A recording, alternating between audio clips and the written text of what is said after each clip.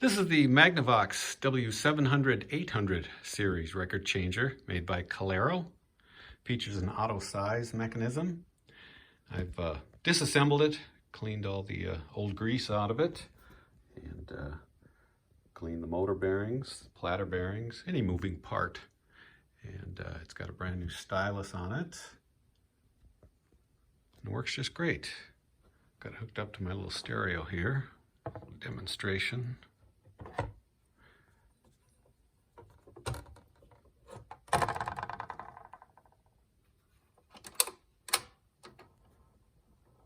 The auto size mechanism touches the record to see what size it is.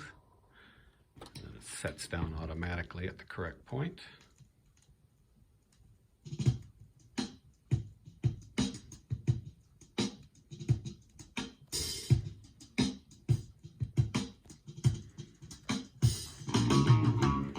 This one's got a Q lift, and the end of play feature works just fine as well.